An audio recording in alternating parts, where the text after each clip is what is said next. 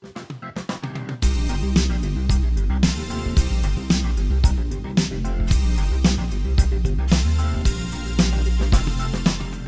afternoon, everyone, and welcome to ThinkFest.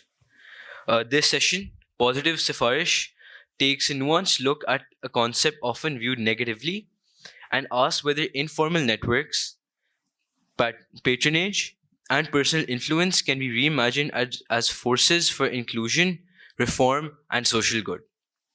This discussion explores how systems of access and trust operate in society and whether transparency, merit, and accountability can coexist with culturally embedded practices. With that, I now have the honor of introducing our distinguished speakers for this session.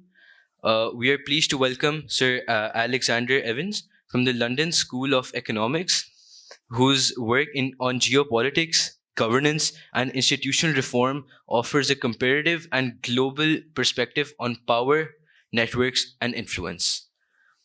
Joining him is Sir Kamran Lashari, former civil servant and cultural leader, whose career in public administration and urban governance provides practical insights into how informal influence and institutional structures interact within the state.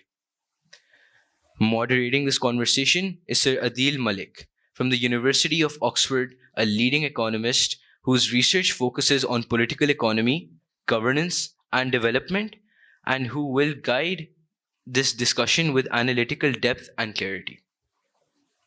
This session is supported by the British Council, whose commitment to fostering dialogue, institutional capacity, and cross-cultural understanding we gratefully acknowledge.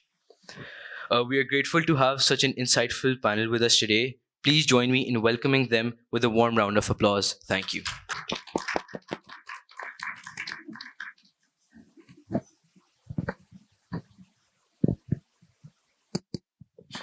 Welcome, everyone, to this panel on positive Sifarish. Let me just set out the structure of this discussion. We are starting late, but I'll still keep it to an hour. So we'll try and finish by 4:30. We have two excellent panelists today, and I'll also contribute a little bit to that discussion. Maybe I could just sort of expand on the theme a little bit, pose a few questions to our panelists here. We could have a little conversation amongst ourselves, and then we'll keep at least 25 minutes or so for Q&A. It would be great to have a participation from people on the in this room. So, as you would have noticed, that Sifarish, everybody knows what Sifarish is in Pakistan. It's how we do things often when the system is inaccessible to us. But I think the positive part, and I guess Alex was fundamental in proposing this title, so he can expand on it a little bit more. But my sense as a social scientist was that we always create a kind of moralistic divide between formal and informal. So formal is always good. It's sort of written in statutes, it's the established way of doing things on paper. That's the de jure domain. But there's a de facto domain, which is based on different types of informal networks we have, different types of social norms. And it's often based on our tribal affiliation, kinship group, in Pakistan, what we describe as biradaris, these networks. And you use these social networks to get things done. If you're applying for admission in a college or you need some, put in a good word, if there's some other hiccup in the way you access the state, you're probably going to use somebody that you know. And it's the interesting thing about this sort of stuff is that it's usually two-way exchange in the sense that we have mutually binding obligations of sorts. So people do that for each other. It can, on the ground, it could also be a contingent exchange in the sense that it is contingent on doing something. If you're asking somebody for favor, they will also think, can the person also help us in some other way? And in Pakistani context, it's Sifarish, but it's a fairly ubiquitous feature across the developing world. And Alex has an interesting paper, a book chapter on this, where he talks about Guangxi in China, which has a similar concept. It's all based on personalized connections, how you access different things through personalized connections. Dash in Nigeria. And you didn't mention Wasita, but the region that I study a lot as well, the Middle East, everybody would talk about Wasita, which is, what sort of connection you could use to access jobs or other kind of services. So it's not just a Pakistani conception. And it's not just about formal, informal divide. So firstly, let me ask Alex to expand on what he meant by positive Sifarish, just to set the terms of the debate before I turn to Lashari Saab. Well, thank you very much. And it's really nice to be back in Pakistan. I have been coming in and out of Pakistan for 30 years and used to live here, not in Lahore, alas, but in Islamabad. But it's a real pleasure to be back here. And ThinkFest is such a great thing to gather in Lahore with ideas and discussions like these that have been happening the last 2 days. So as you set out, I think there's something here, if we think about the pattern of the last few hundred years of history, we've moved from systems that were informal, generally, to the idea that formality equaled progress, right? So formality equal progress if you thought about colonialism and the structures around that. Formality equal progress if you thought about the nature of the modern state, right? So actually using informal systems was seen as in some ways backward or wrong or immoral or corrupt or chalaki, rather than representing the way one should do things, which should be formal, systems-based, rules-based, delivered for institutions. And I think that version of history deserves a little bit of challenge, because actually we live in a world today where we still see the informal operating alongside the formal. That's not just true in Pakistan, it's true in the UK, it's true in the US. It may manifest itself in slightly different ways, but it's present in pretty much everywhere around the world. And that's why these words like Guanxi and Sifarish are blat in Russian, which means pull. Guanxi, by way of Mandarin, literally means connections. So these are all pretty similar concepts in many ways. It's particularly important, I think, for another reason, which is we're about to go into a phase where technology is and automated systems are likely to replace systems where people are part of them, right? So as a recovering bureaucrat, right, at least I was the person in the bureaucratic system who would apply the system. If you're then talking about a system which is going to be applied through our devices or through AI, the rules and the system will dominate decision-making. And we all know that even in the most perfect system, mistakes get made, right? But sometimes there'll be maladministration. Sometimes the decision won't be fair. Sometimes there really are exceptional reasons why the rules and the system that lead to a decision might not be what you need to do. And it's fine, of course, if you can come up to a senior official and ask for it to be reconsidered. But we should worry about a world we're moving into where potentially that ability to manage exceptions will be even more limited, right? Because in essence, if we're lucky, we'll get a chatbot. If we're unlucky, we'll just get a computer says no. So it's for that reason that I wanted us to think about it. And now what I'm not talking about here is corruption. I'm not talking about here the ability to malignly influence policymaking. I just wondered if there's a way to think about Sifarish in a slightly different way. We all laugh about it. It's informal. It's the language of the home and of friends and of bradery and of networks. But is there a way to revalorize Sifarish and say, actually, there are ways in which Sifarish can be used to apply fairness, to manage the cases where citizens are not treated fairly by a system? And is there a way of thinking about the ways in which Sifarish also provides a welfare system and a safety net sometimes when governments and states and systems fail? So that was my opening pitch on it. Great. I was going to come to that, the larger conception of inequality of access and opportunity, which exists, as you say, across the world, where networks play that role. So the informal is actually signaling to what may be the problem with formal.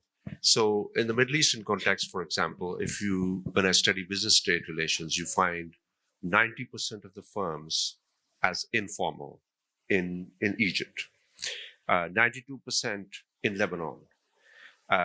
Now, there's a lot of discussion about let's formalize this informal sector, which is fine.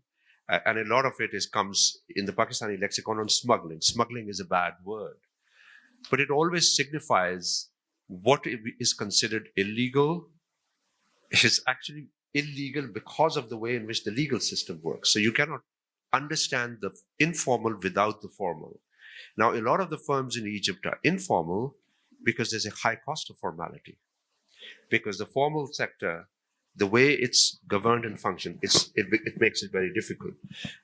So we'll come back to that larger idea about inequality of access. But I think it would be really good to have, Lashari Saab is a retired bureaucrat, but he had huge experience. He was deputy commissioner in Lahore twice. He was the head of, chairman of CDA. He's worked through the civil service, and I'm sure there'll be a lot of people who would have approached him for, can you help me do this or that? And he must have used his judgment on, okay, here is a more sort of innocuous case. Here it is going to matter a lot more. So an insider perspective, because a lot of the Sifarish is about accessing the state. Thank you for having me in. And this particular topic is the first of its kind, very interesting. And I was intrigued by it because positive Sifarish is not something which we have talked about much about it. So, but I was wondering, Sifarish could be for valid reasons also, to have your due right also, your friends or relatives or anybody's. But we do not distinguish between a Sifarish where you're asking for something undue and something which is due. In Urdu or in our local language, at least, I do not see the difference, while there should be one. Because when you're pushing for something which is due to you or to your friend or relative, I think there's nothing wrong about it. In fact, you're doing a good thing. So that is a Sifarish which we should not hesitate. And I do not hesitate making that Sifarish for my villager or for my servant or for my friends or anybody, because if it's within the context of legality and sometimes, a lot of times, bureaucracy sleep over a file. They are not taking any decision. So unless you shake them up, you put in a word, so the things start moving. So drawing attention, knocking at the door, just sensitizing somebody for something where I think there is a rightful thing. So that is a positive Sifarish. I take it like that. But if you're pressing somebody or someone is pressing you to do something just because that person is very influential and they're wanting you to compromise with the rules, with the merit, and it's for some ulterior motives, then that's a test case where you have to, as a civil servant, as an administrator or manager, whatever you want to call it, have to sift between right and wrong, and how then there is a certain band which could be discretionary also. It is neither strictly right nor strictly wrong. So if there is a Sifarish, you can probably go to the borderline and still manage it. But if there is something blatant, wrong, illegal, then you have to draw a line, and you can't just comply with this. So at times you pay a cost. I can narrate many stories where I was shunted out even as Deputy Commissioner Lahore, There was a clerk of mine, a settlement clerk, who dealt with the land matters.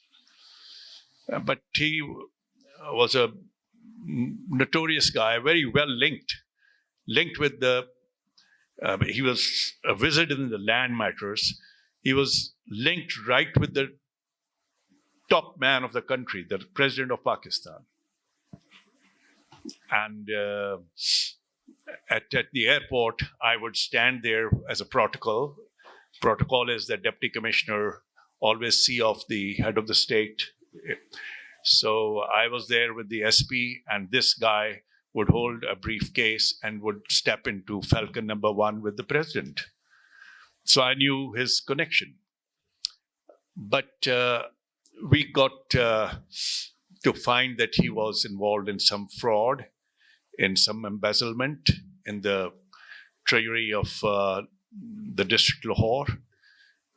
So I got very upset, and we took a very stern action against him. And, lodged the FIR, conducted inquiry. And when that was proved, because it was a very proven thing, then I got a call from the MS to the president. I got call from the governor house. I got call from everywhere to, overlook it or be mild about it and this and that. But somehow I had resolved that I won't let it go. So I dismissed him from service, and next day I got my transfer orders. So I knew this will happen, but that's the cost sometimes you have to pay. Well, thank you very much. I mean, I think in a way you've highlighted another dimension. And I think our objective today is to really unpack this term. If you're able to unpack by the end of the session, then that'll be a success. In a sense, what you're telling us is that the state can be often inaccessible. And perhaps we need to think about who is included, who is excluded. There is always, when you talk about formal, informal, there is a dimension of the insider-outsider dynamic. And so do you think that we should actually, when you're thinking, for example, somebody's asking you to help him make a national identity card, and the person has all the things that he needs, that's just a legal right. And you would just help him. But then there are certain forms of Sifarish that can actually, it's not a matter of inclusion, but it actually could exclude others.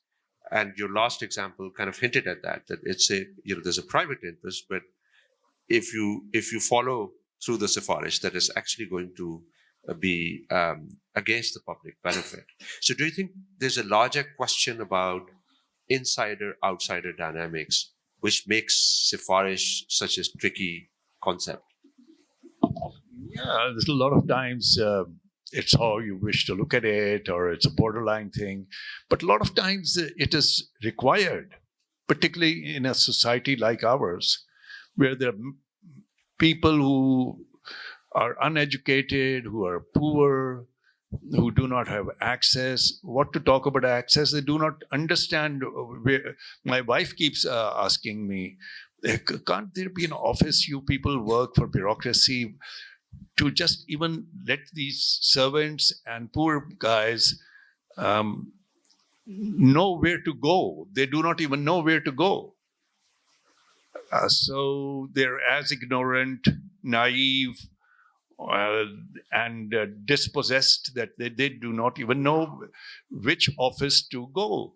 So unless there's someone to guide them, to push them, which is kind of a Sifarish, and I think that's how our society is running. If we don't own up this section of the people and do not pull out a card and write something for them.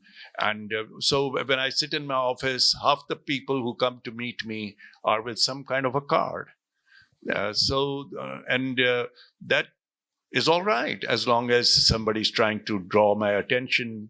But the problem is only when somebody is with a totally illegal thing or trying to demolish someone else's merit. Then it is for you to understand that. But positive Sifarish, I think, is very important.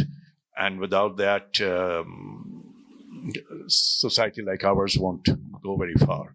Again, you've highlighted a very fascinating dimension, which is how the state, when it's inaccessible, you're trying to include people through that process. A lot of our judicial system still operates in English language. So for a lot of people, even when you set out the rules, they don't know how to access it. Or if they are going to the police station, they don't know about their rights. Before they enter the police station, there are always brokers sitting there, and you don't know how they're going to behave. So in a way, that form of Sifarish effectively is trying to include people in a system that is actually inaccessible. Let me turn to Alex. And while talking about this, it's something struck to me about what I teach at Oxford. In Oxford, when we talk about the enforcement environment, I teach a course in political economy.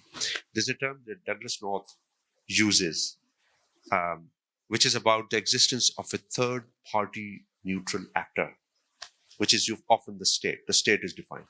Now, we know nowhere in the world the state is really a third-party neutral actor, because people who control the state have their own objective function.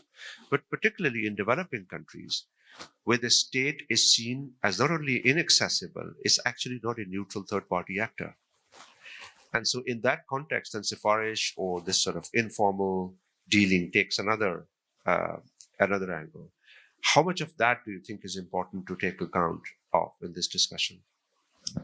So thanks. I mean, look, I think, it is clearly the case that in states where it's even more difficult to access government services, for example, the need to use those informal channels to reach the state may be even greater.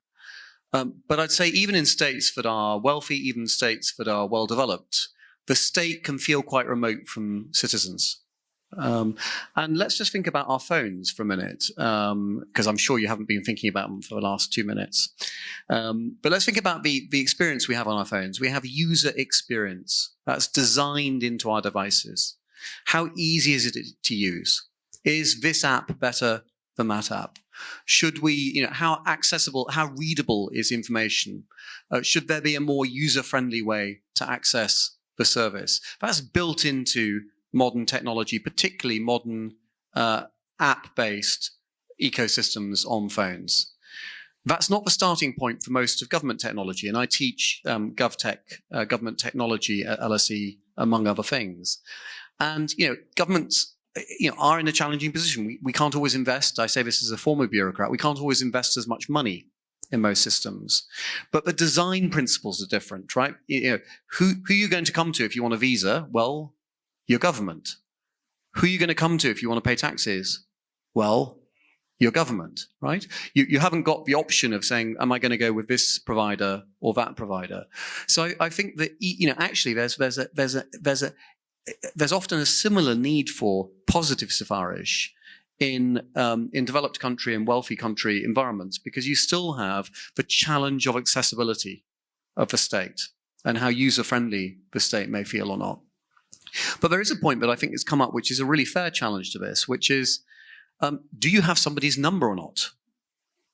Do you have Sifarish? Yeah, who do you know? And if I think about my time, I worked in 10 Downing Street as an advisor to the Prime Minister. There were people who had my WhatsApp number and my Signal number, and there were people who did not have my WhatsApp number and my Signal number. And that's probably the biggest division, right? One river goes off this way. One river, there's a Jhelum and the Chenab, right? Two different rivers. So there's a bit of an unfairness built into that, which is how do you make sure that what you don't have is a system that is still quite two-track, right? It's a system that it's a motorway system to Islamabad for people who've got the number. It's a GT road for the people who haven't got the number. And I think that, I think that design issue is a bit of a challenge. Is you want to have positive Sifarish, but how do you make sure that actually that positive Sifarish is reasonably accessible to the different types of people who need it? And that I think is a challenge as well. Again, I think what you've used a word which obviously for those of us who are economists, but maybe others too, deal with a lot, which is information. And so when an economist look at questions, they say, well, they're informational imperfections. You're going to get a bank loan, and the banker doesn't know how creditworthy you are. And you know much more than the banker. That's your private information. So there's always informational imperfection. How do you design a system that deals with that informational imperfection? In your paper, you alluded to a very interesting example of diaspora networks. If you've ever, through history, merchant communities had these networks where they would have better information of where the market is, what sort of opportunities are available. If you're thinking about Southeast Asia, there's huge literature on Hadrami merchants, how they used to trade. In Malaysia, you have the sort of Chinese merchants. The overseas Chinese have created a lot of the Pakistani diaspora in UK. If you go to Azad Kashmir, you could see, how that diaspora network kind of facilitates or sometimes obstructs certain things. So how important is informational imperfection? And clearly, a lot of your examples, diaspora networks, but also a lot of powerful clubs and networks which exist. Davos is a club. Doha Forum is a club where all the people meet. And I would say even Oxford, having taught there for 20 years, you realize, they're closed communities. They're privileged clubs. And once you become member of a club, you have very different access to information and opportunities. How much of that informational imperfection feeds into this debate? So I think that challenge of informational asymmetry or imbalance is absolutely there in lots of these systems. Now, clubs are not necessarily bad things. There are some clubs where you have to pay a lot of money to get in, and you have to have very shiny shoes if you go to an army club.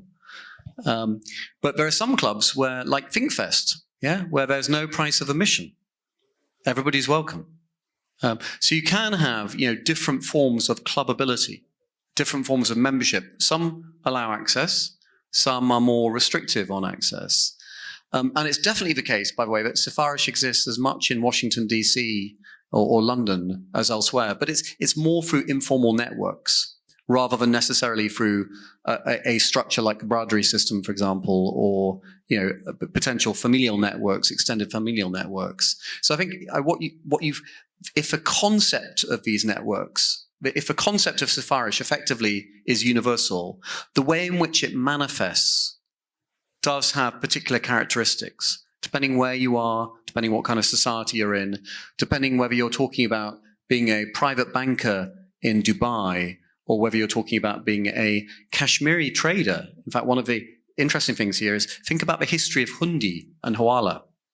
The history of Hundi and Hawala is actually the history of banking.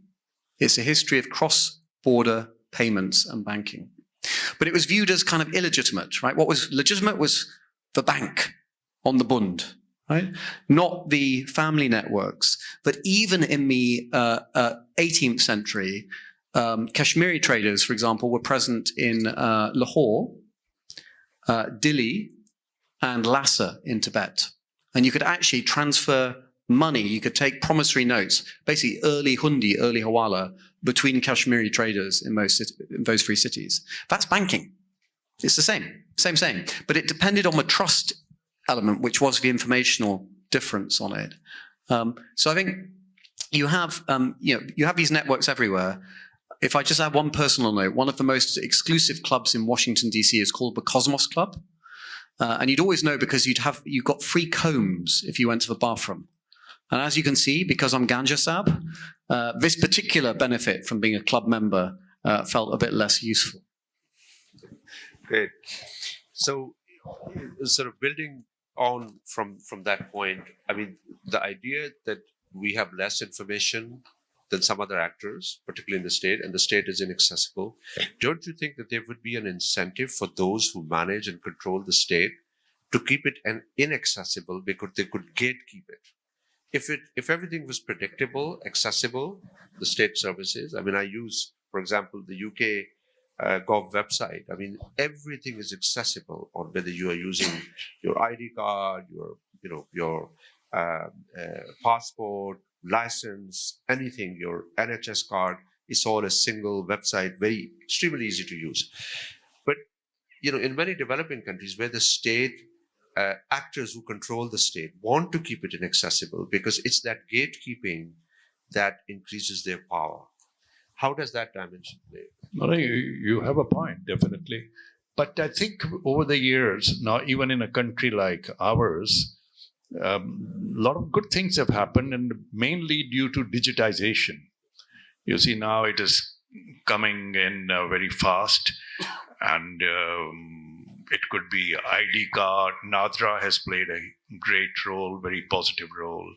So you don't have to run around to find where to vote, what is my voters list number, and it's all digital. I think one answer to minimize Sifarish and make it a egalitarian, equality-based systems is to digitize. The least of the human interaction is now the call of the day. It used to be probably the other way around, that you need to have a human contact, accessibility, and interaction. And we always thought it was good to know somebody and be with somebody.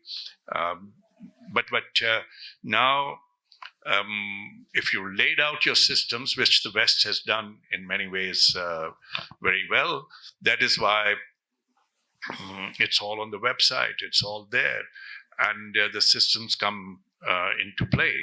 So I think, but having said that, even in the West, lobbying and mafias and people playing a role at a different level, because what is Sifarish? Sifarish is ultimately a symbol of power. As long as there is a power game going on in the world, influence game, and game of, fear chasing more and more, this greed, this to be first always, and whether you deserve it or not, this may not totally eliminate. And if I may quickly come in on that, I mean, look, hand on heart, I know I'm British, I should be saying everything in Britain works brilliantly well. That's not true. Big secret revealed in this room for the first time today. Some of our government systems work really well. Some really don't. Some government services work really well. Some don't. So the state can be very inaccessible as well. I very much agree with you, sir, that I think digitization is a pathway to significantly improve the performance of the state and to reduce, the ability for Chalaki to influence some of that as well. Having said that, I would differ slightly, if I may, because I still think we'll have those exception cases where the system runs it through, but there's a particular reason why that particular case isn't quite fitting with the rules. And we all know that. There's always going to be the case that proves the rules, the exception that proves the rules. And if I may, I mean, the other example I'd give, which I think is really interesting, I teach the case study of the motorway police in Pakistan at LSE. It's a great case study.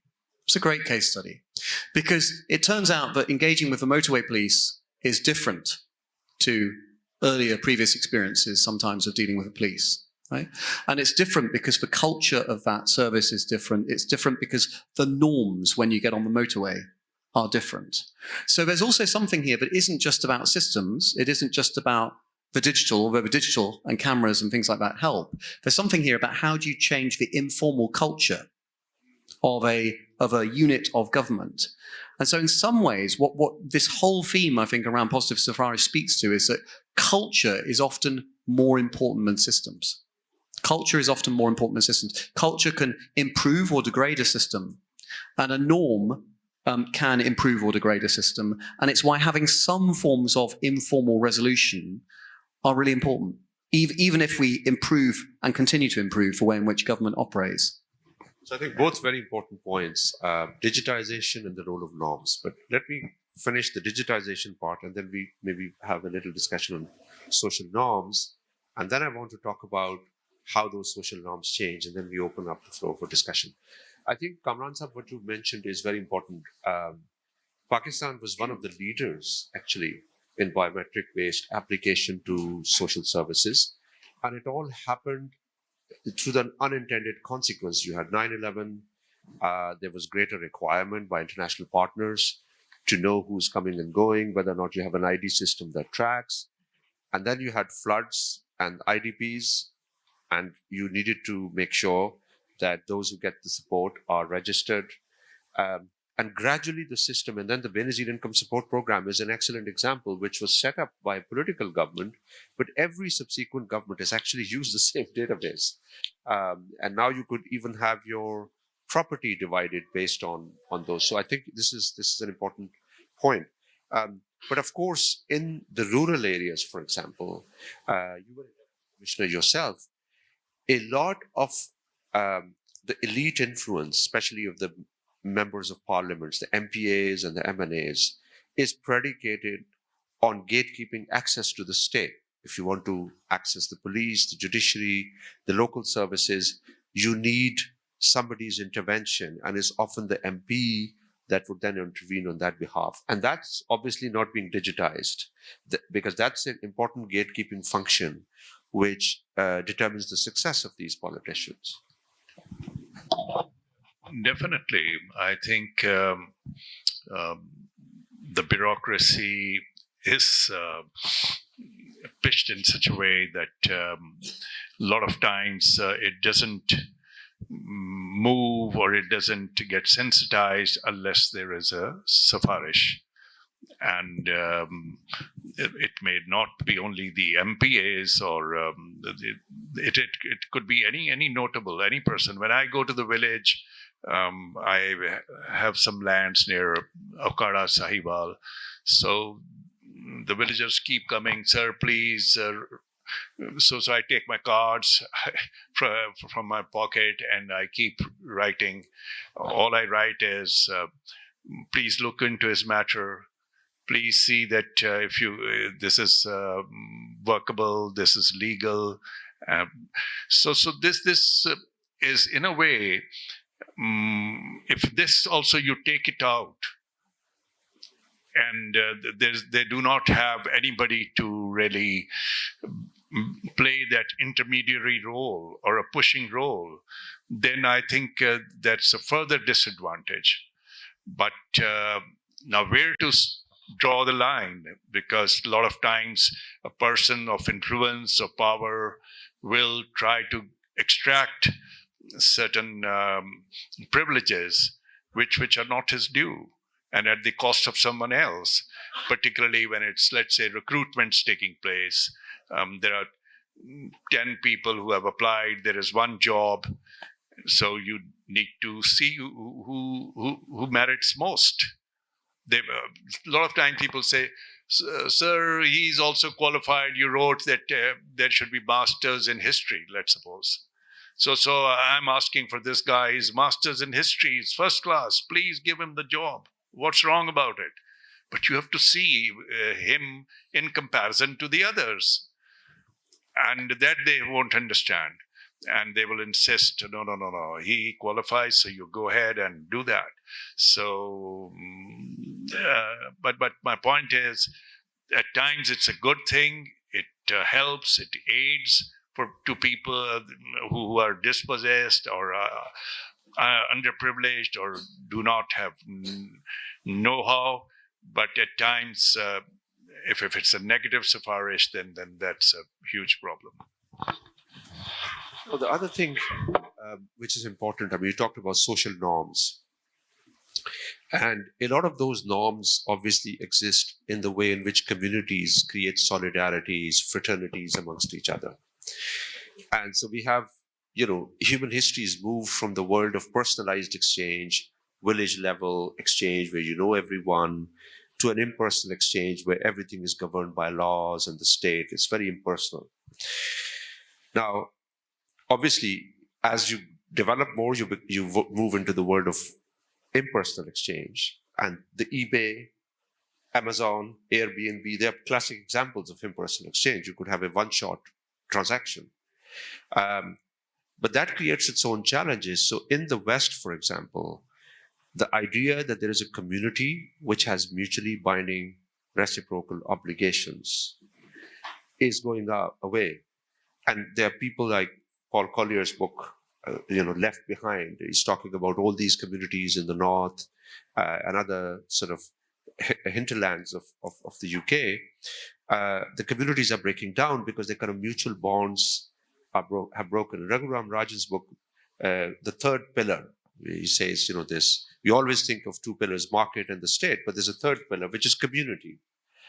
And so there is a downside to taking away those norms completely as well, which is the other side of the spectrum where the state is completely, there's in-person exchange, but the communities are breaking down and you don't have those sort of obligations and interactions.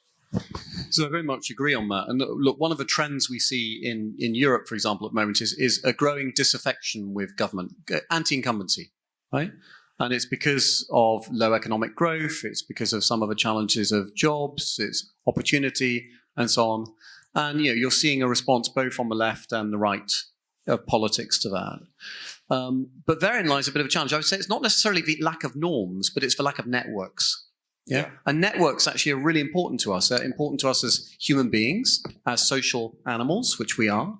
They're important to us also for kind of information and for access. But if I may, on the norms piece, I think what's interesting is it's tempting to say,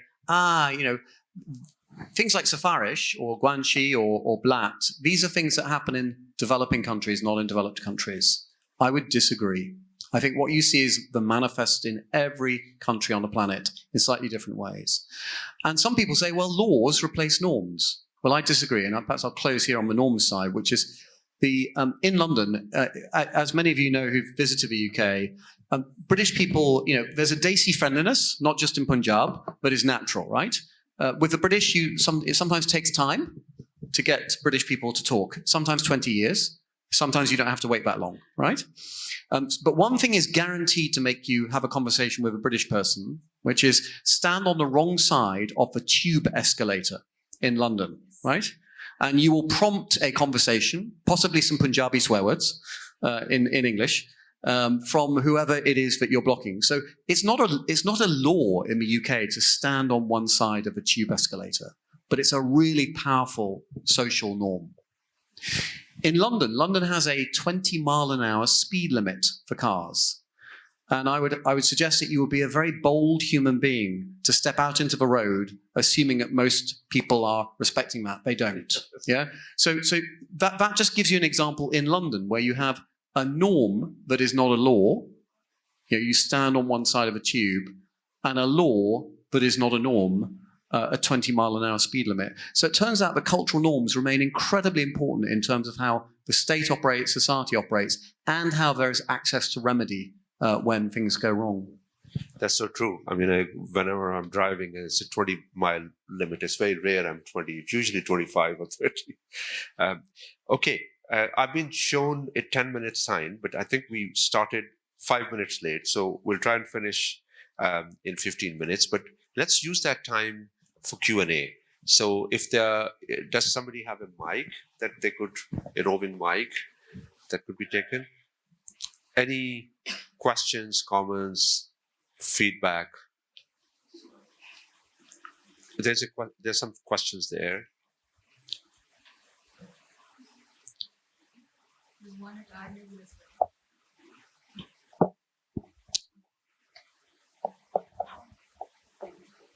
Hello, I'm an O-level student, and my question to you is that how can the youth build those networks and communities which will promote this positive Sifarish, so that how you speak of how the state gatekeeps certain services and activities. So how can the youth prevent that from happening by creating those very communities and capacities? Great. Maybe we could take another question at the back, gentleman at the back. Hi, my name is Jabran Baluch, and to my limited knowledge... Can you please speak up? Yes. To my limited knowledge, the term Sifarish in its very nature is negative. First of all, people access for their negative terms or negative things to someone, or in case it is positive, so it is certainly incentivizing the system to exist or remain in that bad thing. And you see that today, if positive, it is positive. students are trying to build networks instead of focusing on their skills or something. So, I mean, I want to know if it is positive, so does it not allow system to remain in that bad state or bad manner? Thank you. Thank you. There's a question here. Okay, fine. Let's. Yeah. Thank you so much for your attention and the nice presentation. I just intend to know about this kind of the new experience about the positive Sifarish in the UK culture. Can you give me some good examples in that? Okay. Let's take these 3 questions and then we'll have another round. Please. Would you like to start? First one, I couldn't get it properly. So The first one was just how do young people build those networks? Well, I think we all do that. Every day we do that. For instance, you're here, you will shake hands with people, you will exchange cards, you will get to know someone. So you'll from here you'll go to some other place, and so within your friends, relatives, and the society, we all the time are building some kind of social network, and there's nothing wrong about it. It's how you use it or misuse it, that's another factor, and how much the other person gives you the space to do that. But not that I want to advocate you to, concentrate too much on this and leave your essential work. The best Sifarish is your work, which means if you're good at your work, if you're professional, if you're having excellence and some skill, that is your best Sifarish. But even having that, still you need to live in this society, which the ground realities are always different. So do have a positive networking. There's nothing wrong about it. I mean, in a way, it's also about how societies ration success and ration resources. I guess you talked about China as, the Chinese system began to produce more opportunities and had more meritocratic opportunities. The salience of these this sort of Sifarish would obviously go down. So part of it is linked with how much of the access is rationed. It's also about where does the state, whether or not the state is the primary provider of jobs. As societies diversify their economies, private sectors become a lot more important. Then those networks still matter, but the role of Sifarish obviously changes.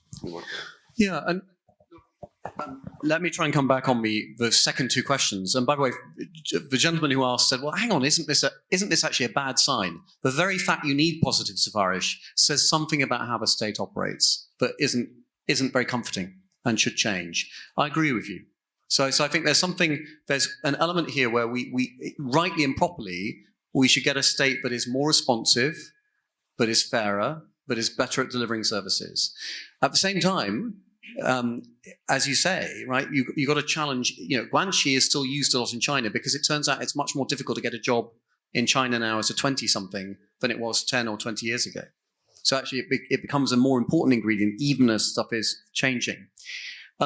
But I'm going to say yes and, right? So yes, I think that role of positive Sifarish should fall if state effectiveness grows.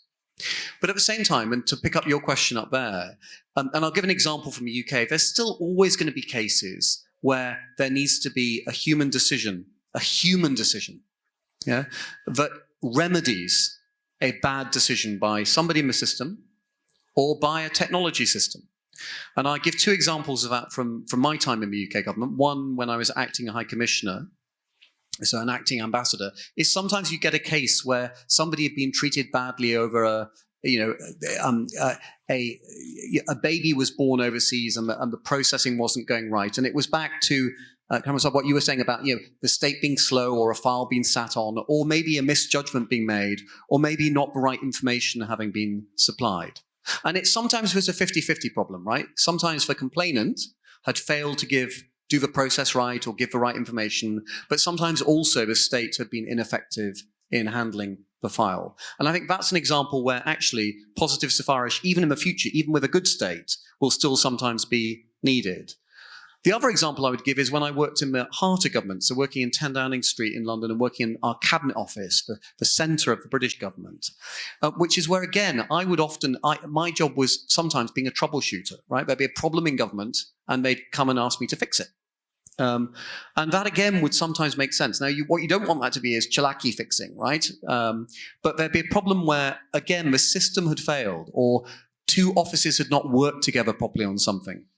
Yeah, or different departments weren't doing their job effectively, or this minister and that minister weren't talking because somebody sent a sad face emoji at 10 o'clock and nobody corrected the WhatsApp exchange, right? So there's something about, even in the UK, and Hannah, when I worked in 10 Downing Street, I'd say half my business in the UK government in 10 Downing Street was done on WhatsApp. Yeah, no national secrets, no secret groups. But that shows the scale of informality, even at the apex level in the British government 5 years ago. Great. So we have another 5 minutes for maybe we could squeeze a few questions. There's a question. There's a question here first, or maybe we can take your question. Sorry, Fine. one in the front row as well. Okay. Perfect. One question there, and then some here in the front, please. My name is Hamza, and my question is that young Pakistani talent is leaving Pakistan because they are fed up with this post-Sifarish culture. Either it is positive or negative, formal or informal. Digitization is being done, but it's done for only social services. So my question is, what role digitization is playing in keeping and utilizing that local talent in Pakistan? What type of digitization is? What role is digitization playing? What role is digitization playing in helping youth in Pakistan? Okay. Beyond social services provision. Yeah. Okay, great. There's a question here, please, in the front, and then this question.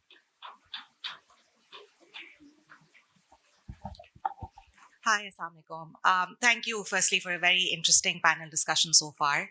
I have two main questions. The first is that there's sort of this underlying assumption that informal networks are not based on hierarchy.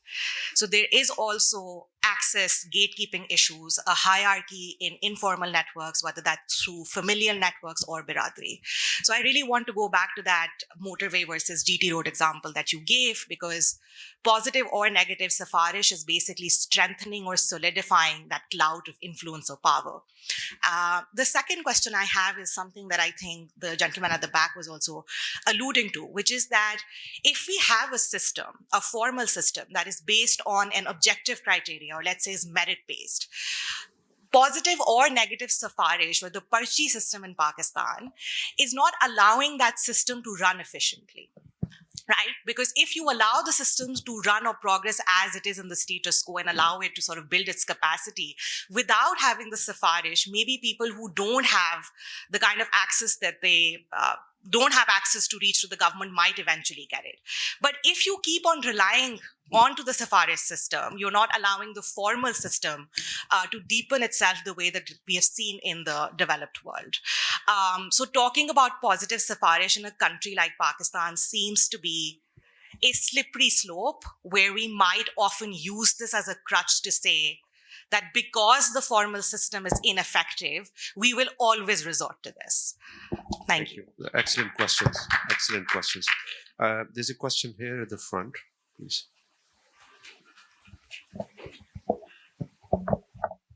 Hello. What I have to say is something more like a comment. Continuing from what this lady said, how do you maintain a balance between positive and negative Sifarish? Okay. Where is that you draw the line? And that, I think, is quintessential if you are to develop the system and give access to, or equality of opportunity, as they say. Because as Lasharisa pointed out, there are many people who just don't know where to go, who to reach out to. And as Pakistan is known as Decemberistan in December. Why? Because it is the party season. What's the party season all about? It's about making connections. Now, why do I need connections? They say that if you're in the 5 to 7% of this country's population, you have the best life ever, because you need a doctor, you know somebody. You need a lawyer, you know somebody. You need police help, you know somebody. You know somebody in every department. So your life is cushy. What about an average person who doesn't know anything at all? Great. We'll very quickly, if possible, because we are eating into the next session's Sure. time. Sorry about that. Just a comment again, because you all mentioned about government services and everything, right? And you kind of said 50% of your work is done on WhatsApp and informal systems, right? I work not in the government sector. I'm a clinical physician and a medical teacher, right? I deal with Sifarish all the time. And they come to me for a couple of things. And that is, place this student somewhere, pass this student here, and look after my patient. In a way, it's a mistrust in my integrity, right? And that, to me, is very hurtful, because I am working to the best of my ability. So it's a mistrust in the system. And if we encourage it everywhere, in the state sector, in the government sector, in the private sector, in institutions, then where do we go from here if we keep saying positive Sifarish is a good thing? Again, it goes back to the point about the state being inaccessible and not being a third-party neutral state. And so with lack of credibility, then you have these problems. But I'll give the floor to my final response to. So look, very final response. Look, it's really important to, how do we challenge negative Sifarish? But I think I would counter, if I may, the argument that we could eliminate Sifarish completely, because it exists in all countries. And actually it is important as a remedy for when systems fail. It's important for a remedy when systems fail. But dare I say it, the point that was made that not everybody is driving the same kind of car on the motorway of a GT road is true, right? And not everybody has the same access to networks, whether you are rich or poor. So kabhi asan hai, kabhi asan nahi hai. Like, and I hope what we've done is made the argument that simply saying that Sifarish every time, in every way, is always bad, has been challenged a little bit by this discussion, which is to think about how do you remedy a distant state or the state of affairs when the state makes mistakes or doesn't handle cases properly. And that I would argue is the central challenge of good statecraft. I think that there is a point there, because what we are trying to say is an ideal thing, that nobody need to contact anybody. All systems should be in place. Everything should be transparent and work according to a machine or something. But that's not how the real world is. So till that happens, you still need somebody to knock the door for you. And if you stop that hand also, then it will hurt those underprivileged more than the privileged ones.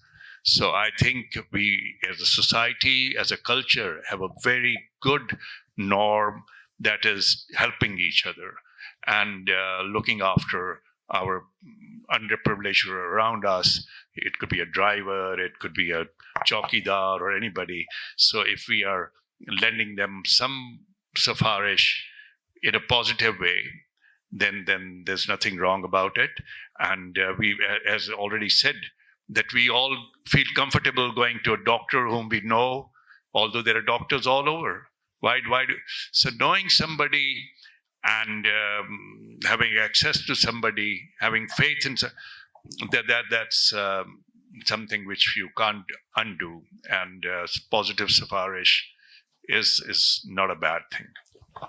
So I think that perhaps with apologies to the question by Anam about not having enough time to address it, but I think she's really highlighted a very important dimension, which is that there's a hierarchy of the state which creates all these problems, but there's a hierarchy of the informal networks. And in a sense, the biradaris that became more salient, firstly as a result of the colonial rule, and then secondly as a result of military rule. General Ziaul Haq's military rule made those biradari type networks even more powerful. I think the point you made is also important, because when the US invaded Afghanistan, a lot of aid was coming to Afghanistan. And there were all these best principles set out that it should be, procurement should be done in this way. It should be very, transparent, all those very formal rules. They were final outcomes that did not chime in with the realities of Afghanistan, with the result that now we have a huge body of scholarship on how the insistence on first best principles actually made the matters worse. And so there is an institution, when we study institutions, we say there's also second best institutions. And we also study the process. It's never automatic. You move from the world of personalized exchange, where networks matter, to the world of impersonal exchange. It's a long movement, and it's riddled with lots of contradictions. I think in this session, what we've tried to do is to really unpack the concept. And it's reminded me more of an Oxford tutorial when you ask a question to a student. There's not always a yes and no answer. There are all these different situations where a particular concept, such as Sifarish, could be applied. And you have to think about all those nuances and complexities. And I hope the students in this session today would have taken, some interesting ideas that they could explore, maybe write their dissertations about, or build their curiosities upon. Again, I thank both of our panelists here, Kamran Lashari Saab and Alexander Evans, who shared their experiences, insights on an important subject to the audience, and also to the British Council for facilitating this excellent session. Thank you very much.